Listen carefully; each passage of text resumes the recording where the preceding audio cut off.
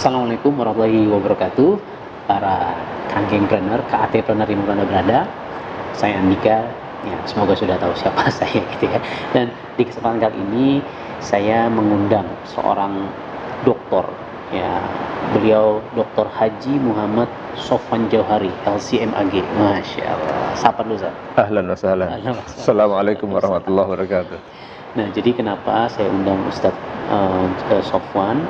Jadi beliau itu doktor, dan doktornya disertasinya, penelitiannya which is 7 kali ujian. Ya tahu lah ya, doktor yang saya melihat ini luar biasa. Itu tentang fatwa ulama Indonesia dan Timur Tengah mengenai multi-level marketing.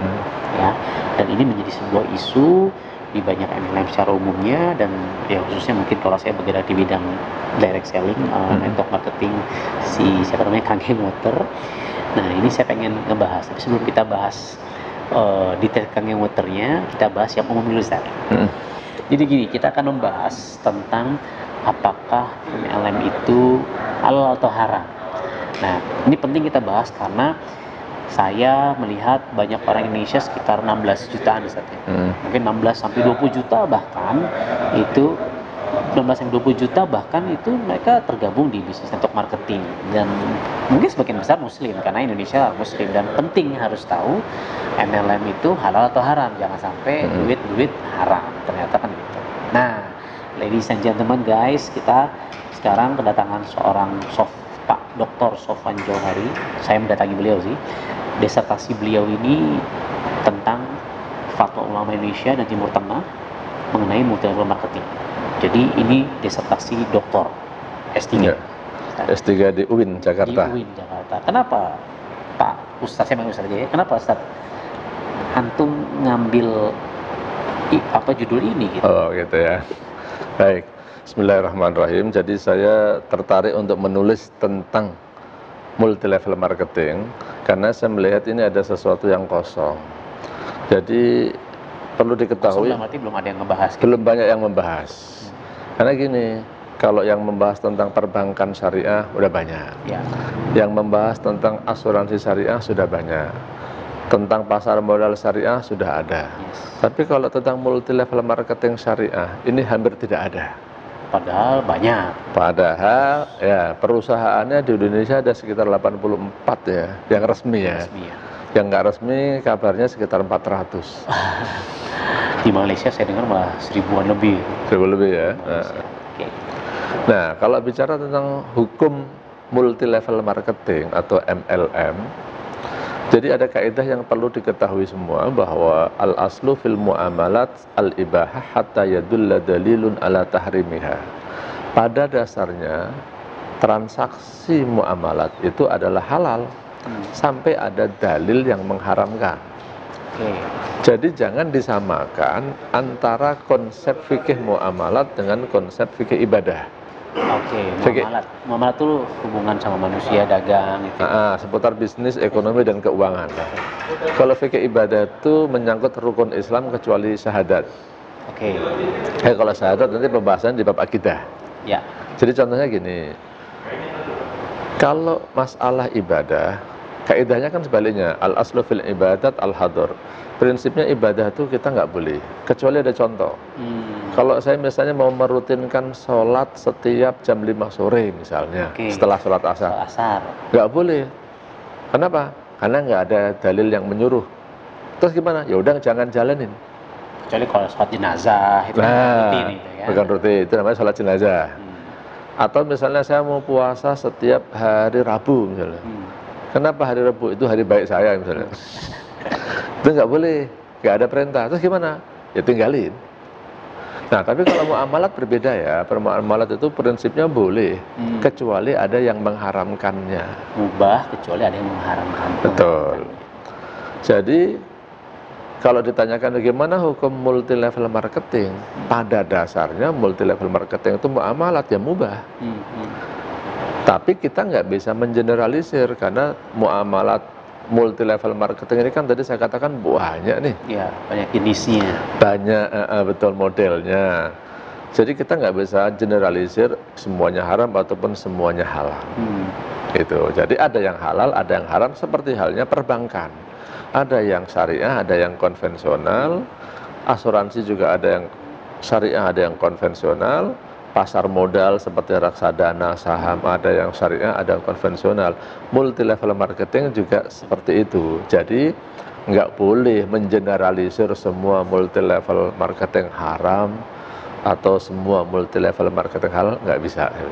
Walaupun mungkin ada beberapa MLM yang belum dapat sertifikasi dari DSN misalnya gitu. Apakah hal-halnya tuh harus dapat itu dulu gitu? Nah, begini, sertifikasi halal dan sertifikasi syariah itu kan aturan negara untuk melindungi konsumen, untuk melindungi rakyatnya. Ketenangan gitu ya. Contoh nih, kalau kita beli bakwan buatan tetangga, halal apa haram? Halal. Halal. Udah ada label halalnya belum? Belum.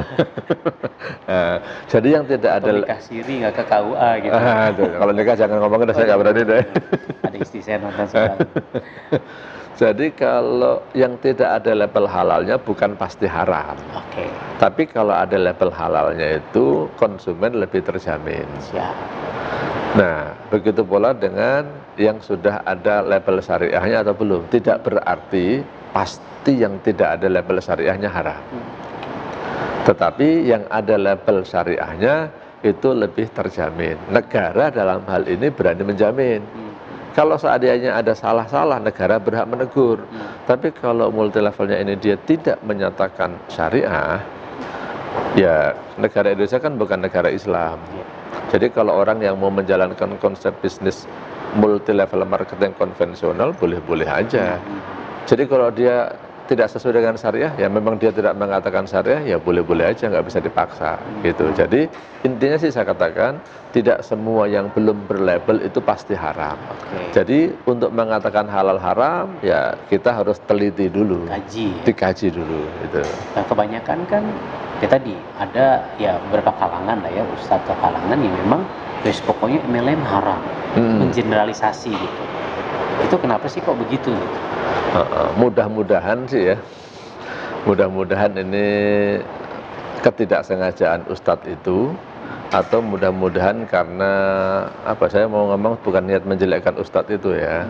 Kan banyak, nggak satu ustadz, maksudnya ya pokoknya karena kalau yang saya tangkap sih baca ya di Saudi begini gitu. Nah, gitu. Gini, ustadz itu kan sebenarnya juga ada keahliannya, ada bidangnya. Masyarakat ini suka maunya palu gada. Yang namanya ustadz tuh maunya suruh bicara apa aja bisa. Saya lihat kesalahan masyarakat gini, ustadz ini misalnya spesialisasinya, keahliannya, kuliahnya bukan bidang bisnis. Ditanyain tentang bisnis, ini mestinya ya janganlah. Kayak saya kalau disuruh ceramah yang bukan bidang saya, suruh ngajar, saya nggak mau. Saya kalau mau ngajar tuh, kalau di kampus ya maunya ngajar, ya ngajar seputar fikih aja. Karena keahlian saya fikih. Nah, saya lihat banyak ini ustadz yang bidang keahliannya bukan masalah fikih. Dia kalau ceramah, dakwah boleh lah. Tapi kalau udah bicara hukum, harusnya ya menyadarilah, koreksi saya ini ahli nggak dalam bidang ini. Kalau nggak, ya jangan. Sebab ada yang punya bahasa lain. Dulu ada mantan rektor UIN itu menyebutnya ini pelacuran intelektual. Gimana tuh Ustaz? Menarik bahas pelacuran. Pelacuran intelektual itu orang yang ngomong bukan pada bidangnya, sehingga ya salah. Mungkin kalau Pak Andika ini kan dokter ya. Nah, bukan bidang saya juga itu. Oh gitu ya. jangan sampai terjadi malpraktek. Nah, itu jadi praktek-praktek yang nggak resmi itu mungkin itu. Ya. Itulah kira-kira. Jadi serahkanlah sebuah urusan ke ahlinya. Betul. Karena kalau enggak ya tinggal tunggu aja kesalahan-kesalahan. Betul. Kalau bahasa hadisnya kan idza wusidal amru ila ghairi ahlihi fantadiris sa'a. Kalau sesuatu diserahkan bukan pada bidangnya, ya tunggu kehancuran kiamat. Nah, saya juga melalui rekaman ini saya berharap para ustadz yang tidak ngerti tentang bisnis syariah, ya janganlah ngomong tentang bisnis syariah, ngomong tentang lain aja sesuai keahliannya, supaya tidak membingungkan masyarakat. Tetapi saya berharap, saya doakan mudah-mudahan kesalahan ustadz berbicara, ya namanya manusia memang tidak ada yang sempurna, mungkin salah berpendapat, ya mudah-mudahan itu diampuni oleh Allah lah. Tapi untuk berikutnya sih saya mengsarankan jangan berbicara yang tidak kita ketahui. gitu. Oke. Nah, jadi sedikit tadi kan Ustadz bilang bahwa ya muamalah itu adalah mubah, boleh. Ketika ternyata apa namanya, ada yang Memfatwakan. halal atau haram, istilah katanya kita harus cari kenapa ini jadi haram, kenapa jadi halal, sehingga kontekstualnya di Indonesia seperti apa. Nah, kenapa akhirnya ada MLM yang halal atau yang haram, itu poin-poin itu seperti apa? Nah, oke, ini tadi bicara tentang disertasi saya, ini kan judulnya tentang fatwa ya. Masyarakat harus tahu bahwa fatwa itu adalah jawaban atas suatu pertanyaan. Jawaban atas sebuah pertanyaan. Yang mana pertanyaan itu didasarkan pada kasus yang terjadi. Ya. Sehingga fatwa yang di Saudi itu kan berdasarkan kasus yang terjadi di Saudi. Oke. Fatwa yang di Indonesia itu ya terjadi kasus di Indonesia. Betul. Fatwa itu bukan sama dengan syariat Islam itu sendiri. Oke. Kalau syariat itu kan ajaran-ajaran dari Islam, di Quran dan hadis. Tapi kalau fatwa itu jawaban atas pertanyaan. Jawaban pertanyaan. Okay. Nah, jadi jawaban pertanyaan-pertanyaan di Saudi tentang multi level marketing itu didasarkan pada kasus multi level yang ada di Saudi. Kalau yang di Indonesia, ya di Indonesia. Nah, persepsi orang tentang multi level marketing di Saudi dengan di Indonesia juga tidak sama ternyata. Nah, contoh kasusnya memang ulama-ulama Timur Tengah banyak yang mengharamkan. Tapi jelas di dalam fatwa itu disebutkan kasusnya. PT-nya misalnya disebutkan ada bisnis, ada hibatul jaziroh misalnya. Nah, perusahaan-perusahaan ini kalau di Indonesia, menurut aturan Indonesia, ini tidak dikategorikan sebagai multi level marketing loh. Money game. Nah, tapi ulama di sana memang menganggap money game, skema piramida, dan multi level marketing itu masih dianggap sesuatu hal yang sama. Karena belum ada aturan yang membedakan. Oke. Sehingga fatwa yang di sana benar nggak salah untuk kasus multi level marketing yang di sana. Nah, di Indonesia kita sudah ada fatwa yang diterbitkan oleh Dewan Syariah Nasional, fatwa nomor 75, yang disebut PLBS, penjualan langsung berjenjang syariah. PLBS, penjualan langsung berjenjang syariah. Ya. Dan istilahnya kan lembaga tertinggi yang kita kan taat ulil amri, soal fatwa kan DSN MUI artinya kan. Betul.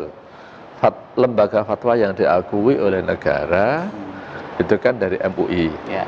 Nah, MUI itu punya dua lembaga fatwa, satu Komisi Fatwa, satu Dewan Syariah Nasional. Untuk fatwa-fatwa yang terkait masalah bisnis dan keuangan, sejak dibentuknya DSN atau Dewan Syariah Nasional, maka semuanya diterbitkan oleh DSN.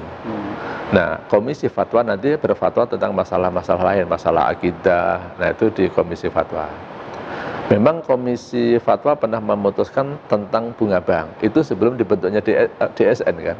Nah, tapi sekarang ini semua fatwa terkait bisnis dan keuangan itu DSN. Dan ini sesuatu yang menarik ini ya, bahwa fatwa DSN itu kebanyakan menjadi hukum positif. Artinya hukum yang diberlakukan di negara. Oke. Kenapa? Karena setelah difatwakan oleh DSN, nanti diadopsi oleh pemerintah dalam hal ini OJK atau Bursa Efek atau Bank Indonesia, dijadikanlah satu peraturan. Jadi mestinya kalau orang di Indonesia ini, walaupun banyak fatwa sana sini-sini, ya karena kita hidup di Indonesia, mestinya ta'atulil amri merujuk fatwanya kepada fatwa DSN.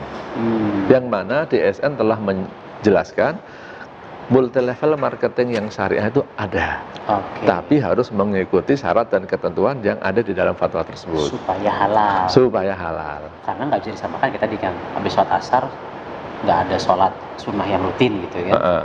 Ya sudah ya, jangan lakukan kalau itu gitu. Betul. Tapi kalau di Saudi atau di beberapa negara yang pelajari di Yaman, di Qatar gitu kan, yang dan di destinasi antum, ya kenapa mereka haram?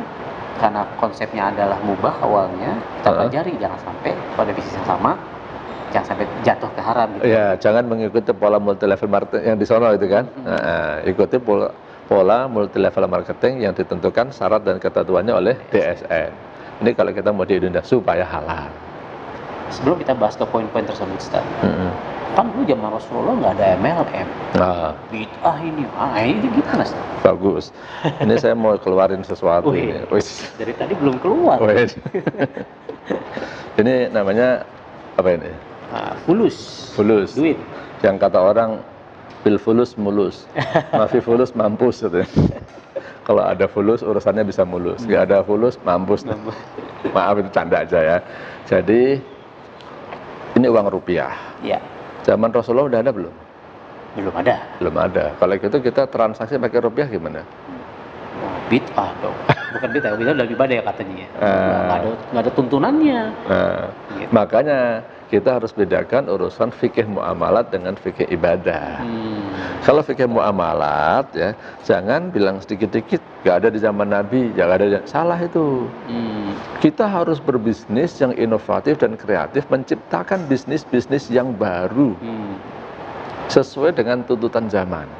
Yang penting jangan melanggar batas-batas yang ditentukan oleh syariat Islam. Dalam hal ini apa? Jangan ada unsur maisir, gharar, riba.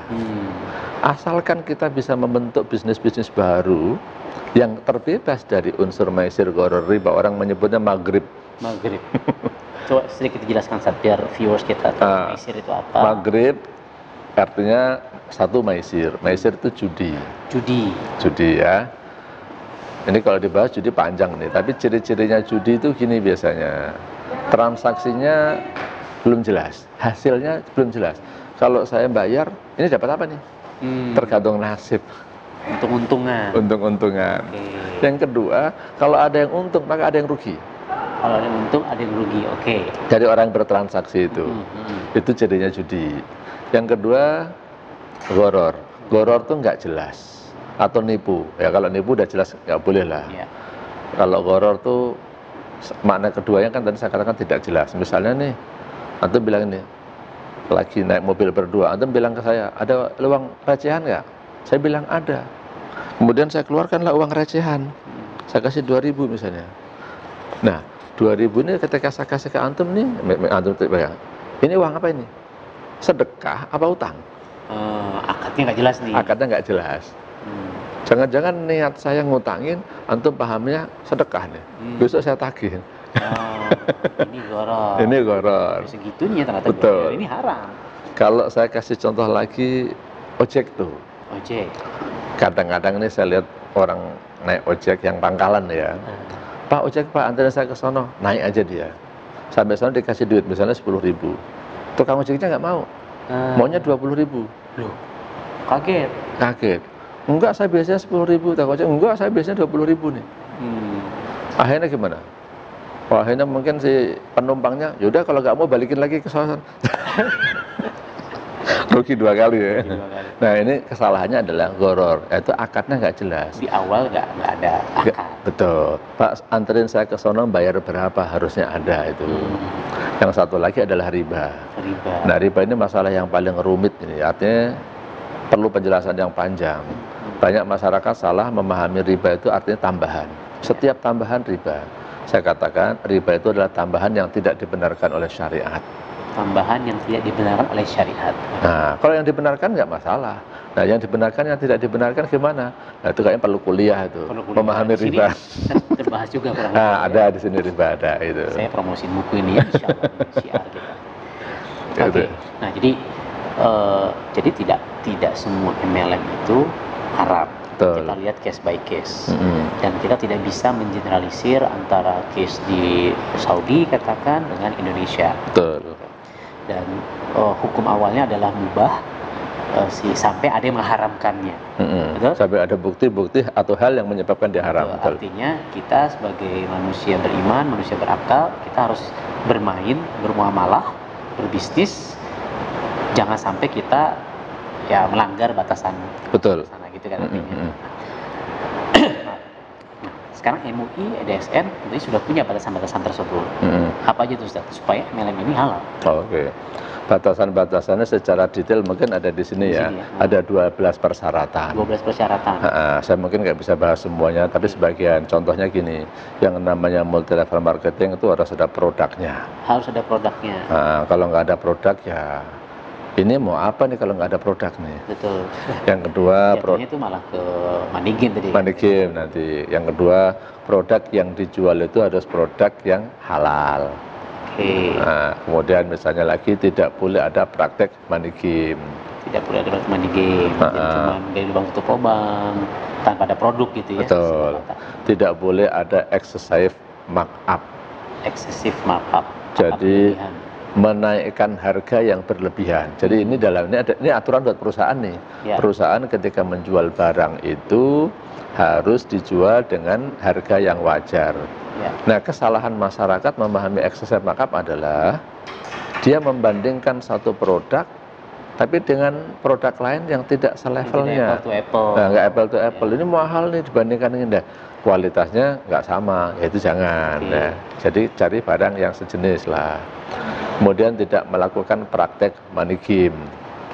Money game itu sebenarnya adalah bahasa lain daripada maisir, judi. Maisir, judi tadi ya. Tidak. Yang duluan paling untung ya itu. Betul. Yang di depan pasti untung itu ciri-ciri money game itu. Kemudian satu lagi yang diantaranya adalah tidak boleh melakukan igro. Igro apa nih, Ustaz? Igro itu kalau bahasa sederhananya tidak boleh melakukan rayuan gombal. Rayuan gombal. Ya. Jadi orang tuh ngerayu masuk multi level dengan tujuan-tujuan yang duniawi, yang membuat orang itu jadi hubud dunia. Nah itu nggak boleh, cinta dunia itu. Jadi ya arahkanlah orang itu berbisnis supaya dia mendapat rezeki yang halal, dia bisa memenuhi kewajibannya, dia bisa beribadah dengan rezeki yang halal yang didapatkannya itu. Itu diantara syarat-syaratnya. Tapi nanti boleh kalau mau detailnya dibaca di fatwa nomor 75. Fatwa DSN ya, fatwa nomor 75. Nah tadi bicara udah belum tadi? Udah. Nah, sebagian aja nggak semuanya ya. Nanti kita bahas yang sering dibahas di lapangan sebenarnya apa. Nah tadi sebelum kita bahas yang seru-serunya igro tadi. Nah kan ada perusahaan-perusahaan MLM yang mungkin ya mobil mewah, kapal lah, dapat pesawat lah apa. Itu gimana itu kalau gitu? Nah ini dikhawatirkan masuk ke dalam bab igro memang. Makanya kita berharap pada para pelaku MLM ya sekarang dirubahlah dalam membujuk orang, dalam memotivasi, dalam memberikan training-training arahnya jangan kepada hubud dunia, cinta dunia. Sekali lagi ya konsepnya kalau orang muslim kan wa ma khalaqtul jinna wal insa illa liya'budun. Jadi semuanya kita lakukan karena ibadah. Ibadah ini kan butuh modal, butuh duit. Sholat juga butuh duit loh. Karena apalagi kalau laki-laki sholatnya kan aslinya di masjid. Betul. Nah gimana orang-orang ini pada mau sholat di masjid? Perlu diciptakan masjidnya yang nyaman. Kalau perlu masjidnya pakai AC, bersih, imamnya juga bagus, sound systemnya enak. Alah kalau perlu di masjid kasih snack deh. Makan siang gratis. Coba kalau misalnya setiap orang sholat zuhur dikasih makan siang gratis, banyak nggak itu? Banyak. Nah, cuman masalahnya apa? Dana. Nah, yang nyiapin makan ada nggak itu? Kita sebagai saudagar yang mendonasikan itu. Nah, ya mungkin tidak harus bentuk makan lah, minimal masjid itu nyaman. Misalnya nih, di masjid itu ada minuman lah. Di masjid itu ada dispenser, ada kopi, teh. Orang kalau memang haus ya biar minum masjid gratis. Itu saya kira udah bagus tuh. Itu akan mendorong orang mau datang dan merasa nyaman di masjid itu. Bagi orang-orang tertentu, ya kita jangan generalisir dengan tingkat keimanan kita ya harus ikhlas dong. Ikhlas itu pelajaran nomor 2 kalau saya bilang. Nomor 1 orang gimana mau ke masjid dulu. Isi. Ya kan? Bang Rasulullah mengajarkan kalau kamu punya anak umur 7 tahun, ajarin dia sholat, suruh sholat. 10 tahun nggak mau sholat, boleh dipukul. Nanti anak bisa protes nih. Daripada saya sholat nggak ikhlas, mendingan nggak sholat. Kalau gitu gimana? Malah jadi salah. Gitu ya. Salah kan? Maka kalau saya bilang, yang penting anak sholat dulu, ikhlas nanti. Jadi bagaimana masyarakat ini mau ke masjid dulu. Urusan ikhlas nanti kalau udah di masjid baru dididik menjadi ikhlas. Itu tahapannya. Artinya kalau tadi kita bicara, kalaupun ada perusahaan-perusahaan MLM yang memang menawarkan hadiah-hadiah yang fantastis, ya dicek dulu itu benar nggak, dapat dari mana. Karena nggak boleh tadi yang kalau dari kualitas produknya dikurangin itu jadi. Iya betul, itu ada bab namanya maisir kan? Judi ya. Bahwa hadiah yang diberikan oleh perusahaan itu bisa menjadi maisir, bisa tidak. Nah itu nanti kita akan mengecek ya. Kita maksud saya di sini adalah otoritas. Dalam hal ini kalau saya mewakili DSN ya, Dewan Syariah Nasional. Jadi anggota DSN MUI juga. Jadi saya ini memang anggota DSN yang ditugaskan untuk mendampingi perusahaan-perusahaan menjadi pengawas. Kalau ada hal yang tidak sesuai dengan syariah, maka kewajiban saya harus menegur, memberikan nasihat, memberikan masukan. Jadi kalau ada yang melanggar, dikasih tahu, bukan langsung dipecat, dicabut, enggak, dikasih tahu, Pak ini harus begini-begini. Kalau dia mau, alhamdulillah, tawasau bil haq dan tawasau bis sabr. Tapi kalau dia enggak mau, nah nanti izinnya bisa dicabut, karena saya bisa melapor kepada otoritas atau pemerintah, ini enggak mau taat nih gitu. Jadi kita harus ngecek dulu nih masalah hadiah-hadiah tadi. Jadi kita nggak bisa generalisir juga, apakah ini judi atau tidak judi, uangnya dari mana nih. Kalau uangnya itu adalah dari uang perusahaan, dari dana promosi misalnya, dana iklan, contohnya seperti itu, bisa jadi halal. Tapi kalau dia misalnya harganya di up, jadi misalnya harga produknya aslinya 10.000, sekarang karena ada hadiahnya, produknya jadi 15.000 nih dijualnya. 5.000 itu yang diputar-putar. 5.000 itu sebenarnya ada perjudiannya. 10.000 adalah harga produknya, itu jadi haram. Nah makanya kita harus cek nanti hadiahnya dari mana. Gitu. Atau bukan hanya, mungkin harganya tetap, tapi kualitas barangnya dikurangi. Nah betul, itu juga sama, nggak boleh. Betul. Di taktiknya bukan menambah harga, tapi mengurangi konten produk atau kualitas produk atau isinya gitu ya. Nah, itu nggak boleh. Oke, nah sekarang yang sering di lapangan itu dibahas nih Ustaz. 2 akad 1 transaksi haram. Satu akad 2 transaksi. Itu gimana Ustaz? Nah, itu kan banyak yang Jadi masyarakat, alhamdulillah saya katakan, dari satu sisi ada kesadaran tinggi untuk taat pada syariat. Tapi sayangnya mereka ini belajarnya nggak dalam. 2 akad dalam 1 akad tuh yang dimaksud apa nih? Suka pada menafsirkan masing-masing. Nah, saya mau kasih contoh. Kalau saya punya anak, saya masukin ke pesantren. Setiap bulan saya disuruh bayar SPP 2 juta. Dapat uang dapat makan, dapat tempat tinggal, dan dapat pendidikan. Ini 2 juta yang saya bayarkan ini akadnya apa ini? Uang infak atau apa? Kalau dianalisis secara fikih, dia itu ada satu namanya jual beli. Karena kan dikasih makan. Jadi itu uang makan tuh. Yang kedua, mungkin ada yang namanya ijarah, karena dia tinggal di pesantren, ada listrik, ada tempat tinggal, ini harus dibayar nih. Ini ijarah. Mungkin juga ada infak. Saya kalau untuk pendidikannya saya anggap infak lah, bukan ijarah lah.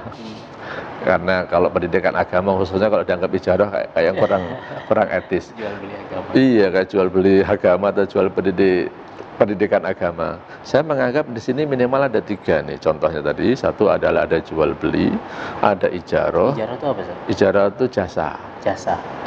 Jasa penggunaan listrik, jasa penggunaan kamar. Ada infak. Apakah ini kita sebut multi transaksi? Multi akad itu ya. Belum lagi uang bangunan itu masuknya. Apalagi orang masuk uang bangunan juga. Nanti ada uang wakaf, ada uang seragam. Seragam jual beli. Kalau bangunan kita kan nggak beli bangunan ya kan? Nah jadi apa itu? Nah jadi ini bukan termasuk 2 akad dalam 1 akad. Ini kalau dalam fikih namanya al-uqudul murakkabah. Akad yang murakkab itu kalau diterjemahkan itu kuadrat ya. Tersusun maksudnya. Ada akad ini dengan akad ini. Jadi yang saya tekankan di sini adalah pemahaman orang tentang 2 akad dalam 1 akad. Nah, kalau saya baca di kitab-kitab hadis, salah satu penafsiran 2 akad dalam 1 akad yang kuat itu adalah maknanya bai'ul inah. Bai'ul inah itu jual beli fiktif. Jual beli fiktif, misalnya saya pengen utang ke Pak Andika. Kalau utang dalam Islam itu kalau utang 1 juta ya bayar 1 juta. Maka akhirnya Pak Andika nggak mau ngutangin saya. Akhirnya apa? Pura-puranya gini. Nah itu ada handphone kan. Ini Pak Andika jual ke saya nih. Dijuallah 2 juta. 2 juta. Lalu saya butuh duit malah suruh beli handphone kan nggak punya duit ya. Oh gini caranya. Ini antum yang butuh duit ke saya kan? Iya, saya mau utang nih. Saya mau utang Pak Andika nih 1 juta. Malah disuruh beli. Ya nggak punya duit. Nah Strateginya gini, dijual lah ke saya 2 juta, tapi saya bayar setahun lagi ya Pak. Udah, saya jual lagi nih ke Pak Andika. Ini saya jual 1 juta ke Pak Andika. Balik ke saya nih. Balik ke Pak Andika lagi. Tapi Pak Andika harus bayar 1 juta. 1 juta. Nah, jadi akhirnya apa? Handphone ini dilakukan transaksi 2 kali, tapi hakikatnya kan cuma 1. Saya tuh mau ngutang sebenarnya. Dengan cara seperti tadi, akhirnya saya punya utang 2 juta. Kan saya beli 2 juta, bayarnya setahun lagi. Tapi sekarang saya dapat duit 1 juta dari Pak Andika. Terus tapi juga bayar 2 juta, nggak dapat handphonenya juga kan? Nggak dapat. Nah sebenarnya itu adalah saya utang 1 juta, bayar 2 juta. Tapi pura-puranya lewat jual beli. Ini kamuflase aja. Kamuflase, jual beli fiktif. Dalam hadis disebut bai'ul inah. Ini 1 akad 2 transaksi kalau ya, itu yang dilarang. Jadi ya ini 1 akad 2 transaksi gitu Ustaz ya. Karena hakikatnya hanya akad jual beli sebenarnya. Iya. Hakikatnya akad utang piutang sebenarnya. Utang piutang. Tapi nggak dapat handphonenya, tapi antum bayar 2 juta ke saya gitu. Iya. Nah kesalahan orang tadi saya tekankan lagi. Makanya kalau mau menafsirkan 2 akad dalam 1 akad itu, tolong dicek syarah penjelasan dari para ulama. Kalau itu hadis Bukhari, saya ajarin bukalah kitab Fathul Bari.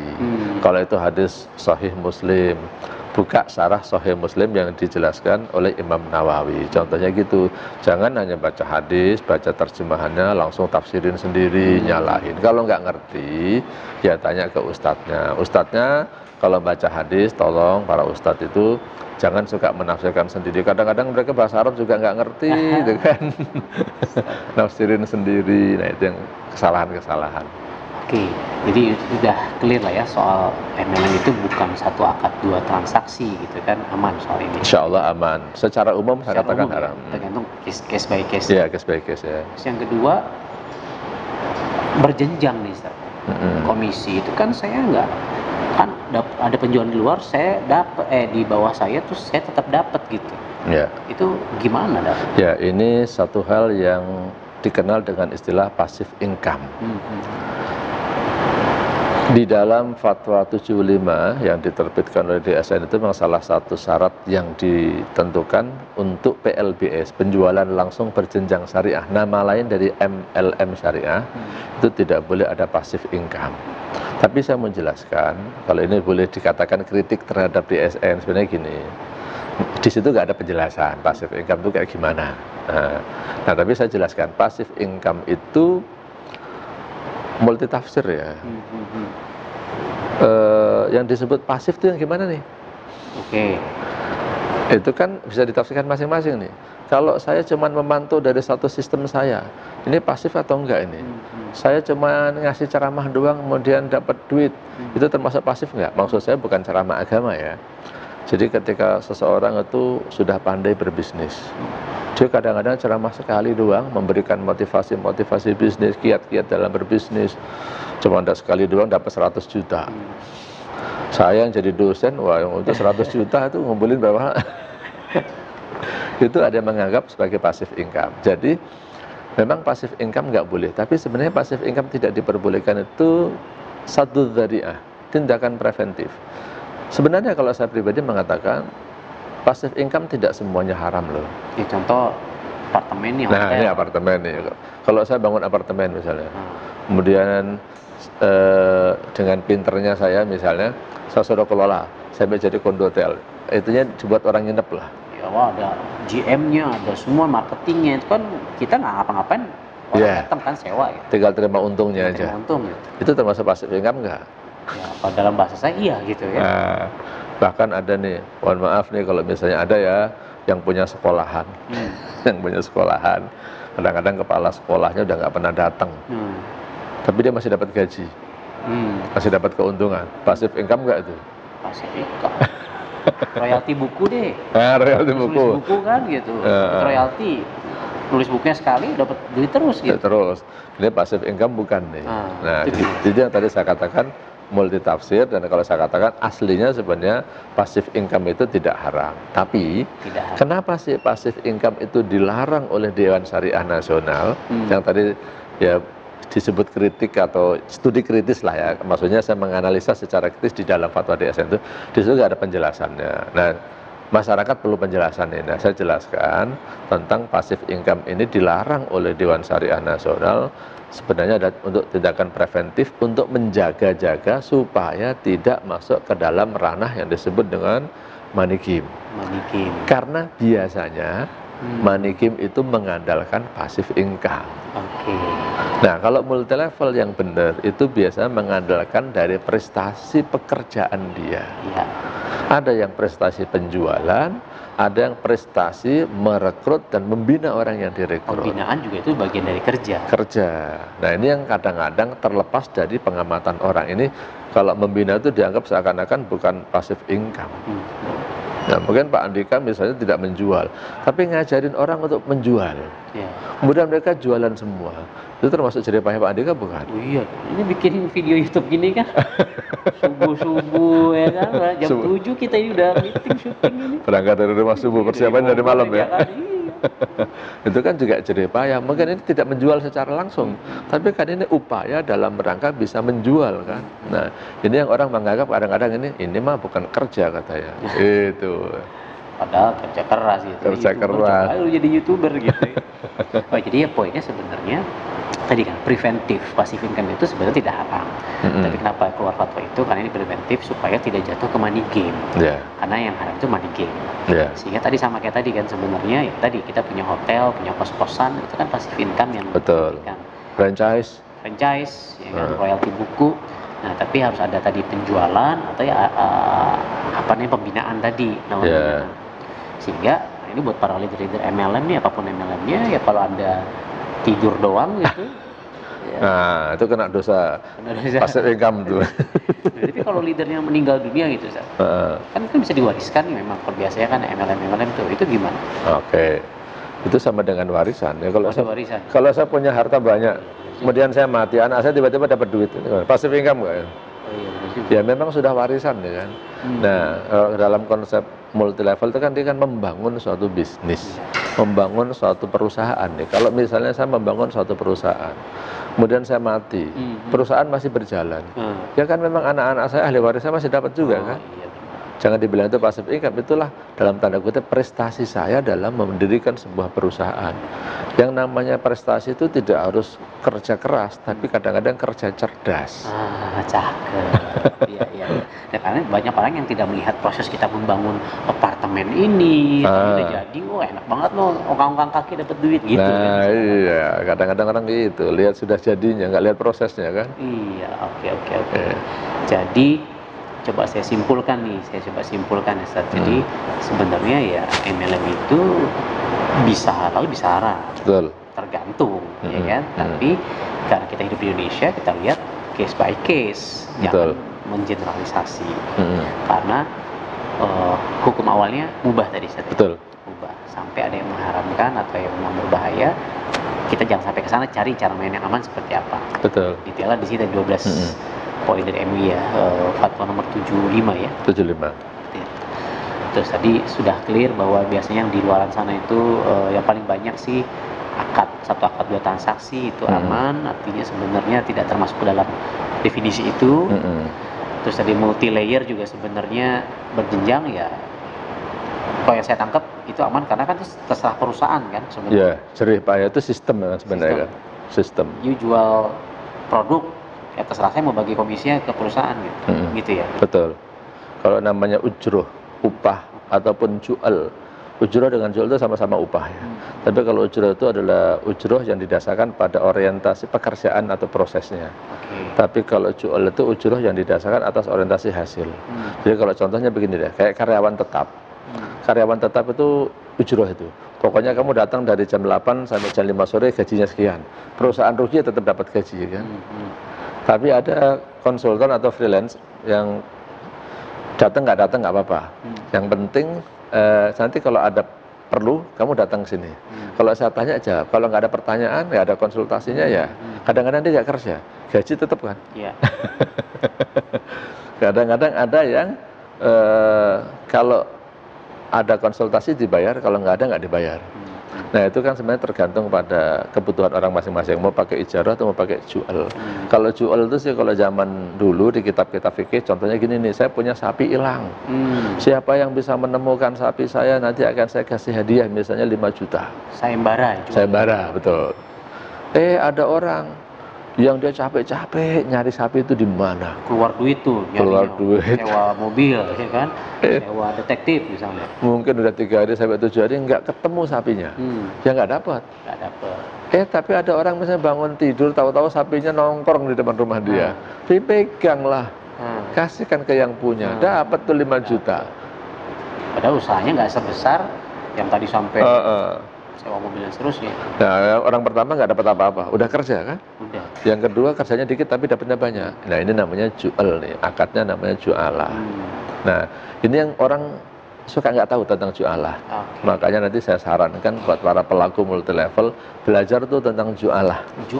Bisa jualah, bisa jialah ya. Jadi artinya dalam kitab fikih kadang-kadang disebut dengan jualah atau jialah. Itu di fikih.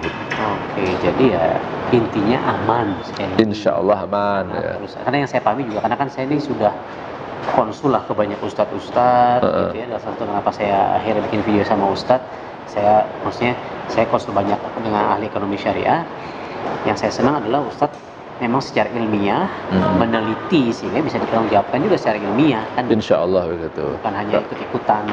Kata ustadz ini haram, ini halal gitu. Karena untuk jadi disertasi doktor untuk dikatakan lulus tuh ujiannya 7 kali itu. Waduh, kebayang saya skripsi aja pusing gitu. 7 kali ujian itu di hadapan 6 profesor. Ujian terakhir tuh 7 ya. 7 penguji itu. Artinya bukan ngecap, bukan faktor subjektivitas saya, tapi ini saya berdasarkan penelitian, melihat pada fakta, melihat kepada dalil, kemudian saya paparkan. Yang kesimpulannya, yang nggak boleh digeneralisir bahwa multi level itu halal atau haram. Masyarakat perlu tahu nih, sekarang ini kan ada bank syariah, ada bank konvensional, ada asuransi syariah, ada asuransi konvensional. Perlu tahu juga nih, ada multi level marketing syariah, ada multi level marketing yang konvensional.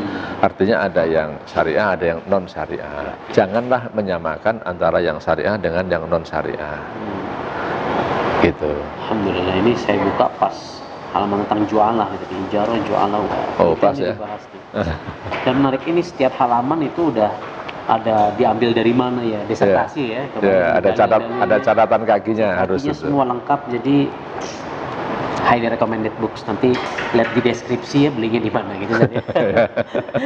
Lumayan ya. Nah, kita siarkan dakwah ini. Oke, nah jadi ya intinya aman sih sebenarnya. Insya Allah aman multi levelnya. Kesimpulan Ustaz mungkin buat teman-teman yang lain. Kesimpulan yang pertama, jangan suka mengeneralisir perkara. Jangan suka mengeneralisir hukum. Lihat kasus per kasus. Yang kedua, kalau masalah fatwa, jangan suka mengimpor fatwa mentah-mentah. Karena fatwa itu harus dilihat daripada case-nya. Fatwa yang di Saudi, insya Allah benar di Saudi, tapi belum selamanya itu benar untuk di Indonesia. Emang bukan yang dipelajari di sana ya money game gitu kan, kasusnya yang ada money game. Makanya kalau dalam madhab Syafi'i ada qaul qadim, qaul jadid, pendapat lama dan pendapat baru. Jadi pendapat lama itu yang difatwakan di mana, pendapat baru yang difatwakan di mana. Jadi jangan disamakan. Karena kasusnya berbeda. Intinya di situ kasus yang berbeda. Jadi penekanan saya, tolong para ustadz untuk mengimpor fatwa, ya, jangan mentah-mentah. Untuk menjadi referensi, fatwa itu menjadi referensi, itu satu hal yang sangat positif. Tapi kasusnya harus dilihat. Kasus yang di sana dengan kasus ini sama atau tidak itu.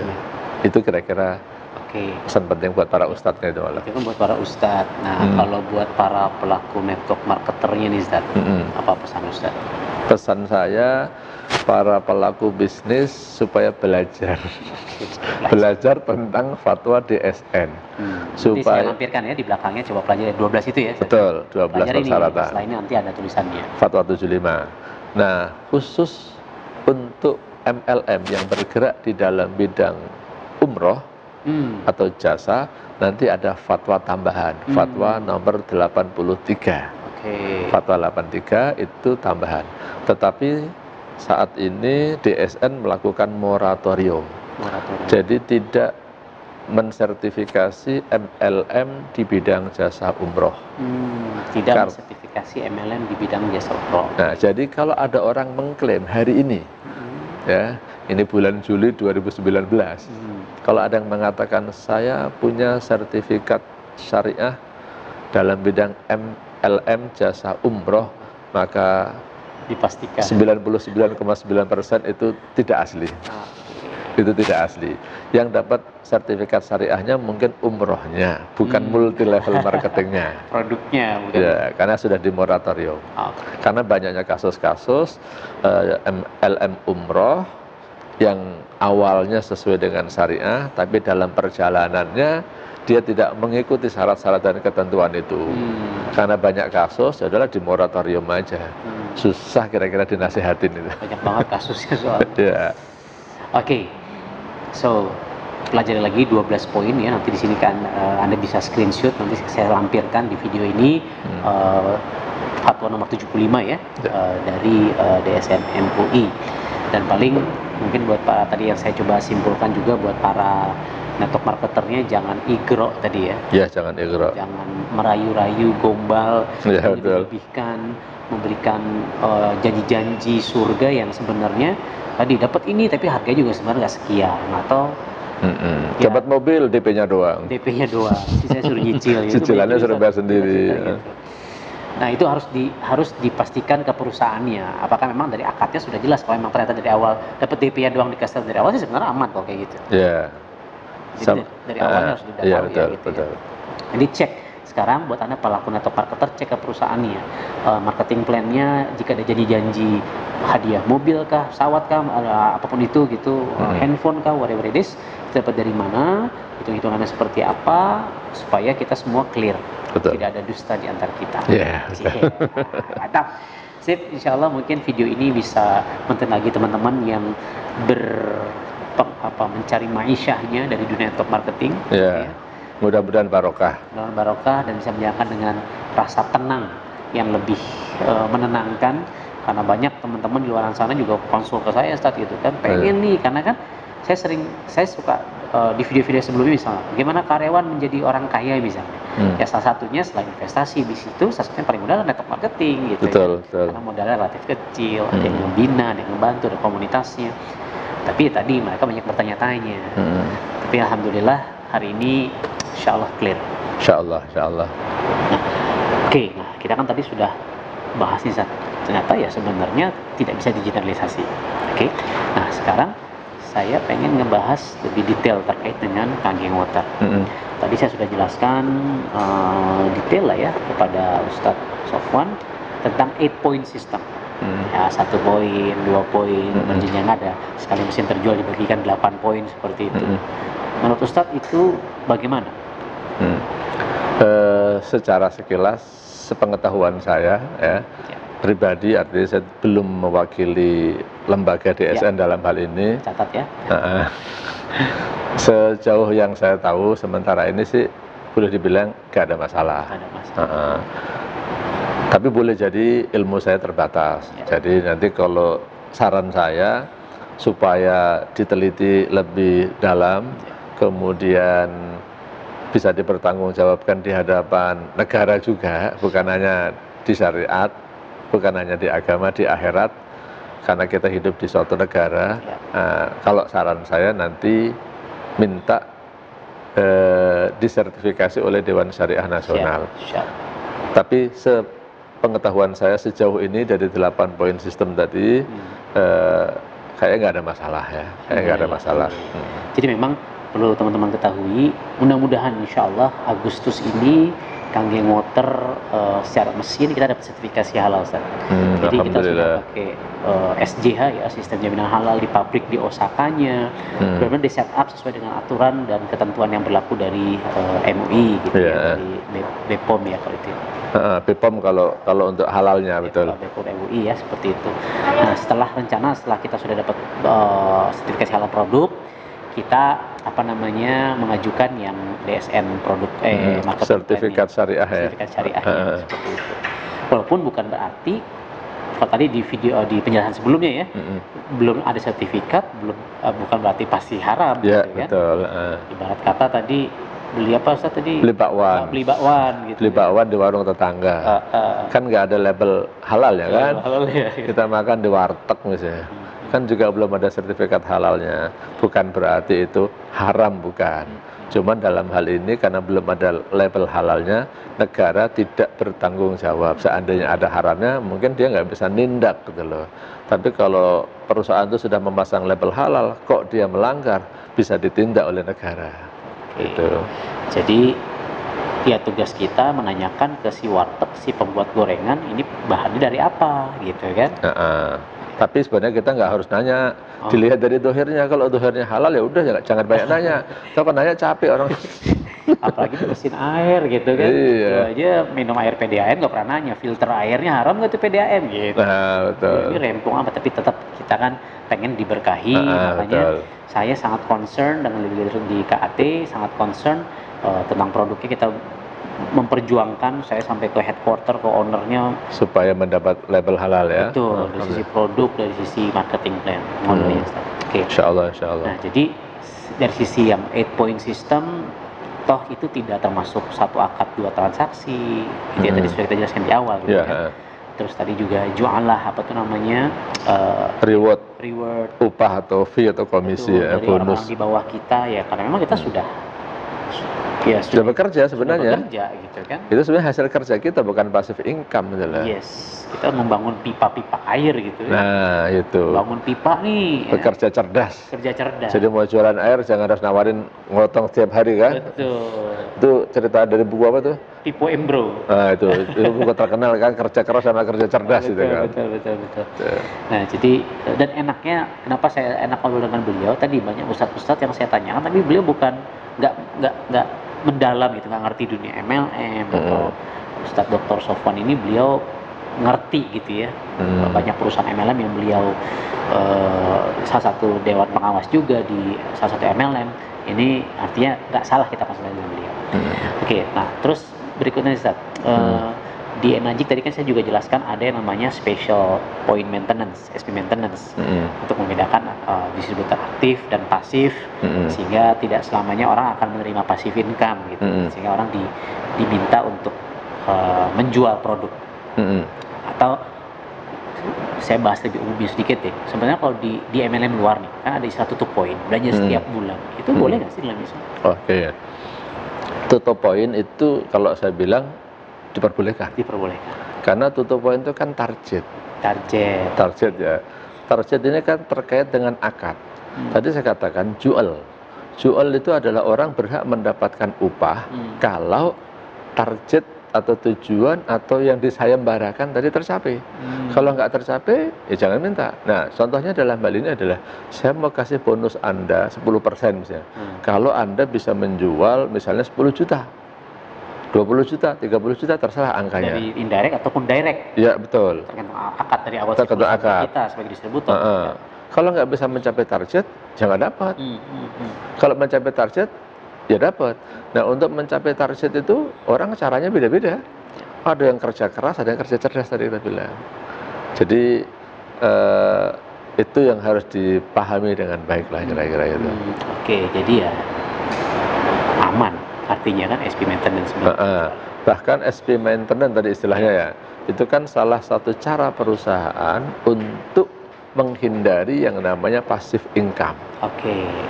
Itu sudah dijelaskan di awal tuh ya, passive income. Passive income itu kan aslinya boleh, tetapi ada tindakan preventif. Ya ini harus dibenarkan, dan ternyata dengan SP maintenance tadi ya, itu adalah salah satu cara perusahaan apa? Saya nyebutnya orang Jawa sih, kangen itu ya. Kangen water. Kalau seorang Jawa baca tulisan gitu bacanya kangen, harusnya bacanya kanggen ya. Kanggeng. Kanggeng ya, kanggeng water gitu. Oke. Terakhir saat yang biasanya jadi pertanyaan, kita juga punya tadi sudah saya jelaskan tentang Tokure, di mana Enagic memberikan fasilitas buat mereka-mereka yang belum punya uang untuk beli mesinnya, tapi mereka bisa menjual, lalu mereka tetap dapat komisi walaupun nggak full dari detailnya gitu kan, dan ada yang ditabung di Enagic.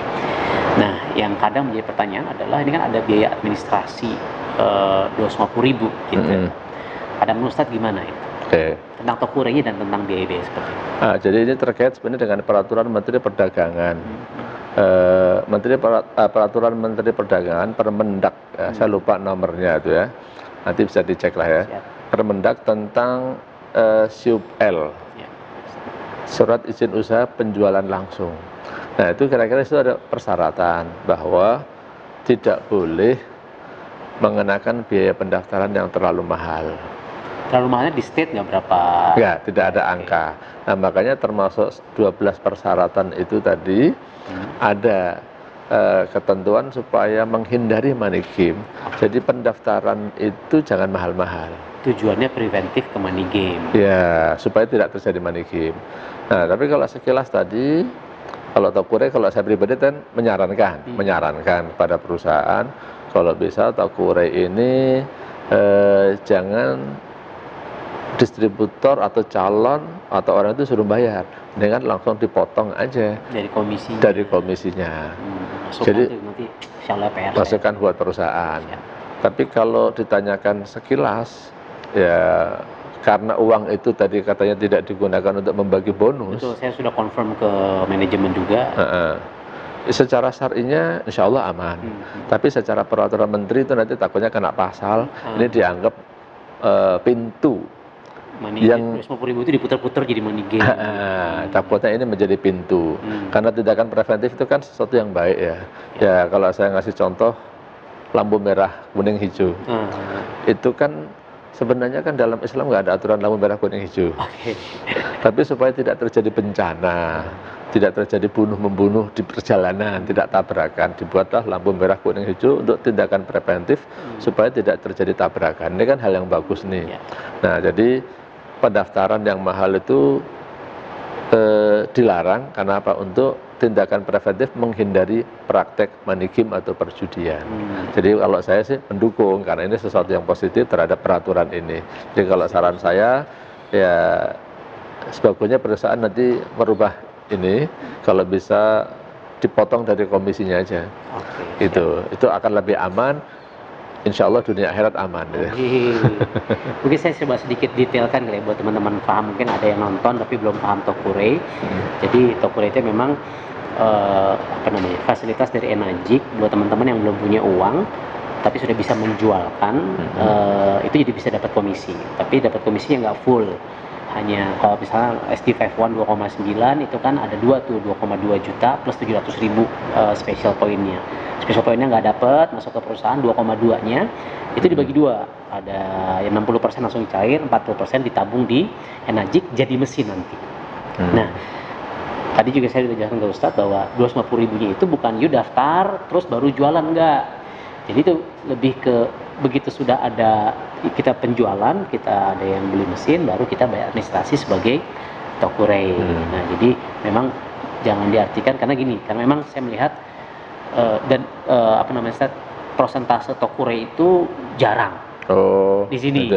Yang dikhawatirkan preventif money game itu kan karena memang itu yang jadi ajang rekrutmen kan. Betul. Ajang rekrutmen ini putar-putar. Rekrut doang tapi nggak ada penjualan. Jadi kalau di sini memang ini hanya tambahan fasilitas yang secara bukan prevalensi bahasa kedokteran. Persentase kejadiannya sebenarnya jarang terjadi ya. Kecil lah gitu. Betul. Jadi itu hanya memang fasilitas tambahan. Tapi tadi benar masukan dan ini saya akan sampaikan ke manajemen lebih dunia akhirat diberkahi. Insya Allah. Terakhir Ustaz, cutting price. Ya, orang jualan mesin dengan harga lebih murah gitu. Ini gimana? Cutting price ini terkait dengan masalah pricing. Pada dasarnya pricing jualan itu kita bebas menentukan harga. Mau murah banget, mau mahal banget boleh. Ini berdasarkan hadis, singkatnya begini. Dulu pernah terjadi harga-harga barang naik. Mungkin orang menyebutnya inflasi ya. Kemudian ada sekelompok sahabat datang kepada Rasulullah mereka minta agar Rasulullah menentukan harga barang-barang. Maka Rasulullah tidak berkenan menentukan harga barang-barang. Beliau bersabda, "Innallaha huwal musa'ir al-qabidul basitur raziq." Atau kama qala, singkatnya maknanya gini, Allah lah yang menentukan harga. Dialah yang menggenggam dan dialah yang melepaskan. Dan dialah yang membagi rezeki. Ini kalau bahasa ekonominya, harga itu kan tergantung pada supply and demand kan. Kalau ada yang menggenggam barang, nggak ada. Barangnya susah, nanti jadi naik. Tapi kalau banyak melepaskan, banyak yang melepas barang jadi turun. Artinya pada dasarnya harga itu bebas. Maka itu ada contoh ini airnya boleh ini. Ini kan harga kalau di mungkin minimarket atau di warung tetangga mungkin cuma Rp3.000. Tapi kan di bandara dijual Rp10.000. Itu malah lebih mahal ya. Kan nggak boleh kita bilang haram kan kalau dijual Rp10.000 kan. Kalau bakso kadang-kadang dijual murah malah. Kalau gratis kadang-kadang ya. Kadang-kadang dalam kegiatan bakso dijual mungkin Rp1.000. Kadang-kadang sembako 100.000 dijual 30.000. Ini contoh bahwa pricing itu sebenarnya diserahkan kepada mekanisme pasar dalam hadis tadi. Nah, tetapi dalam konteks multi level marketing, orang itu kan menjual barang dan dia terikat dengan aturan perusahaan. Dia biasanya ada aturan-aturan main ya, tanda tangan ya. Nah, diantaranya dia harus menjual barang ini sekian, ini sekian. Dia sudah akad tuh. Harusnya dia penuhi. Ya ayyuhalladzina amanu aufu bil uqud. Harusnya dia penuhi akad-akad itu. Kalau dia melanggar, melakukan cutting price atau menjual lebih mahal dari yang seharusnya, dia berdosa kepada perusahaan. Kenapa dia tidak memenuhi perjanjian ini? Dan dia mungkin berdosa kepada distributor yang lain. Karena ada orang yang merasa disakitin.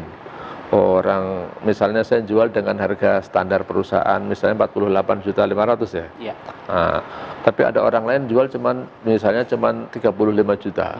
Ketika orang mau beli barang saya bilang mahal Bapak, kenapa? Saya beli dari teman saya cuma 35 juta. Seakan-akan saya ini jadi malah penjual yang menipu, harganya kemahalan. Padahal sebenarnya orang lain itulah yang melakukan cutting price, itulah yang salah. Jadi saya bilang cutting price ini dosanya adalah dosa kepada perusahaan dan dosa kepada member yang lain.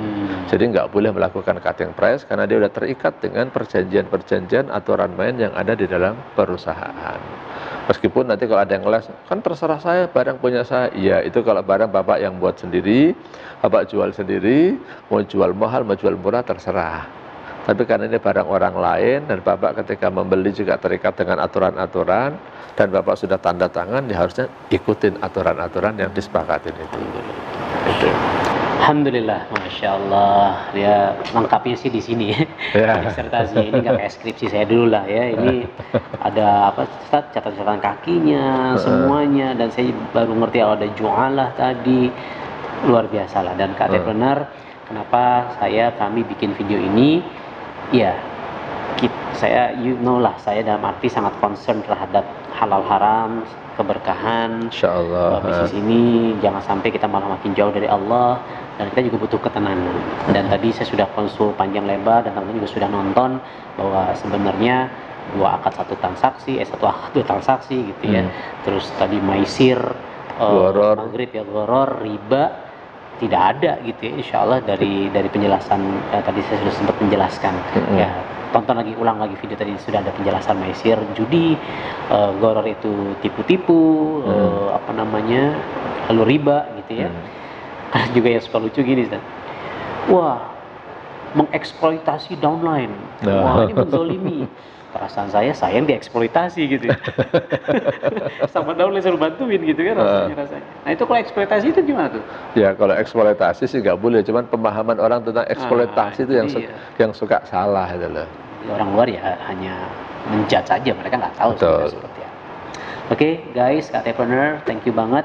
Dan saya coba sedikit simpulkan saja bahwa kalau teman-teman ingin menanyakan tentang halal haram, Satu, ya jangan samakan fatwa-fatwa yang ada di di Timur Tengah, di Saudi dengan yang ada di Indonesia. Kenapa? Karena beda. Kasusnya beda. Fatwa itu memang dibuat case by case. Betul. Gitu.